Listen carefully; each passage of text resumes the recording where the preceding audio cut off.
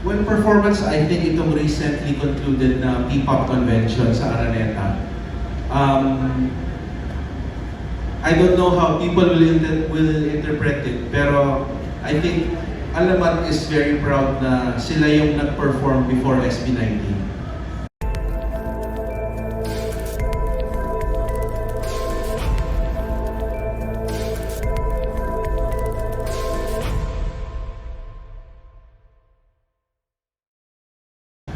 Sa dami ng mga ng mga performances na nagawa na ng Alamat, ano sa palagay mo para masasabi mo milestone ng group na to in 3 years? Song or performance? Pwede, either.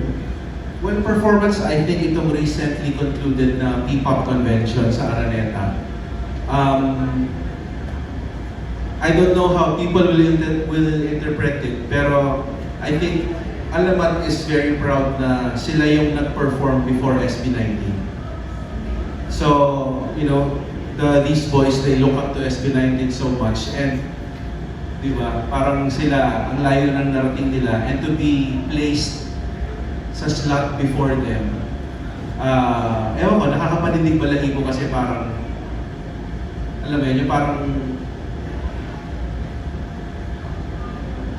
ako, sa interpretation ko, parang sila yung, I wouldn't say next, kasi pag sinabi mong next, di ba, parang pinapalitan mo. Eh, ang tingin ko lang naman, parang nafa-follow ng Alamat yung success ng SB19 slowly but surely. Tapos, ayun, dun sa P-pop con din na yun, first time nagkaroon ng parang solo showcase yung bawat isa. So, ayun, P-pop con, yung milestone talaga. And also, direct, 3 years ago, nung nilaunch sila na Naipa, masasabi mo bang ngayon, ito yung parang in-envision mo na Alamat from 3 years ago? Naalala niyo boys, nung first training niyo, very first training na naka-face shield pa kayo, naka-face mask. Diba, pinapikit ko kayo ng mata. Sabi ko, sabay-sabay tayong mag-envision. Nasa stage kayong lahat, kumakanta, sumasayaw, habang nag-cheer yung mga Pilipino sa paligid. That was 2020. And, ayan, di ba, nagagawa niyo na ngayon. So, yeah. So, I'm proud lang na kung ano yung minanifest nila dati. Nandito na ngayon, and I hope magtuloy-tuloy. Congrats, Direk. In fairness naman talaga, consistent ang Alamat. And for Alamat na lang, sa 3 years na pag-perform nyo, lahat ng mga pinagdaanan nyo, ano sa palagay nyo yung pinaka-memorable? Start tayo kay Anas. And kung may mga bloopers kayo pwede ma-share, why not?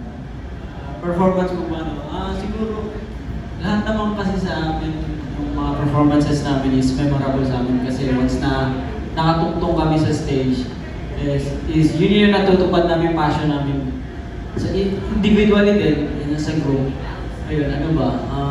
Siguro yung hip-hop ko, mga ganun.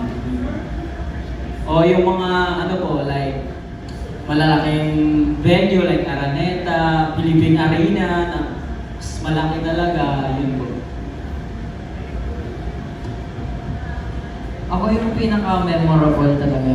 Yun yung P-pop con. Kasi yun yung pinaka-unang tumungtong kami sa malaking stage talaga.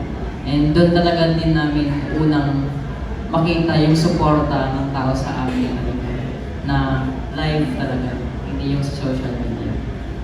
Ayun. Na may mga sumasabay na rin sa kanta namin habang kinakanta namin. Yun. Sobrang nakaka-proud. Yun, marami pa yung mga sa FIBA. Lahat ng actually pinag-aan namin ngayon, sobrang memorable siya. Pati yung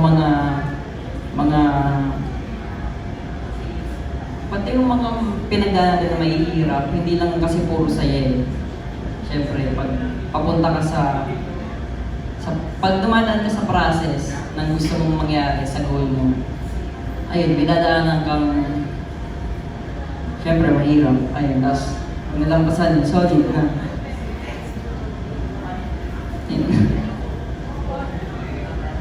Ako naman po, very memorable po sa akin yung pag-perform namin in province performances, nakita ko po na masaya yung crowd, masaya po yung mga tao sa amin. And nakifeel ko na parang na-achieve po namin yung mission namin, which is to share Filipino culture, and besides that, make them happy with it.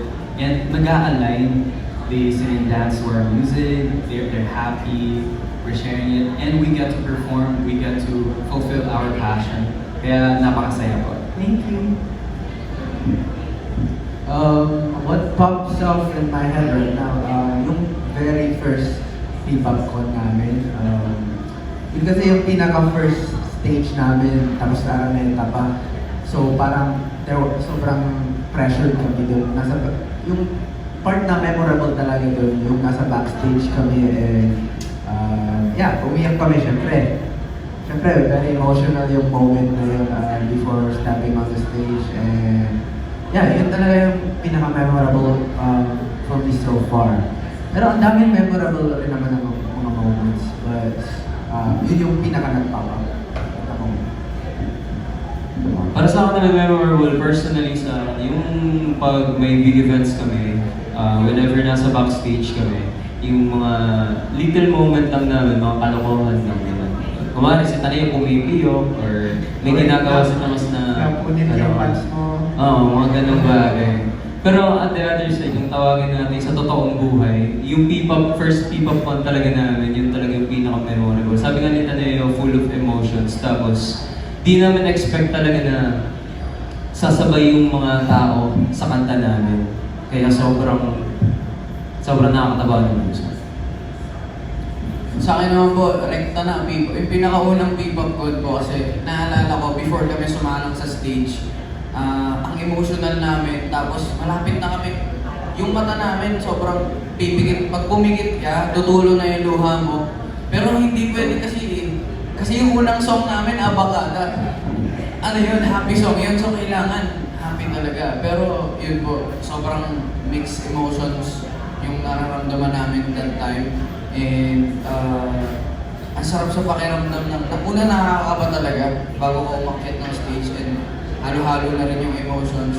Pero ayun, ang daming mga maghiliw and yung mga ibang fandoms na andun na sumuporta sa amin. Sobrang sarap sa pakiramdam and yun, hindi ko makakalimutan yung moment na yun.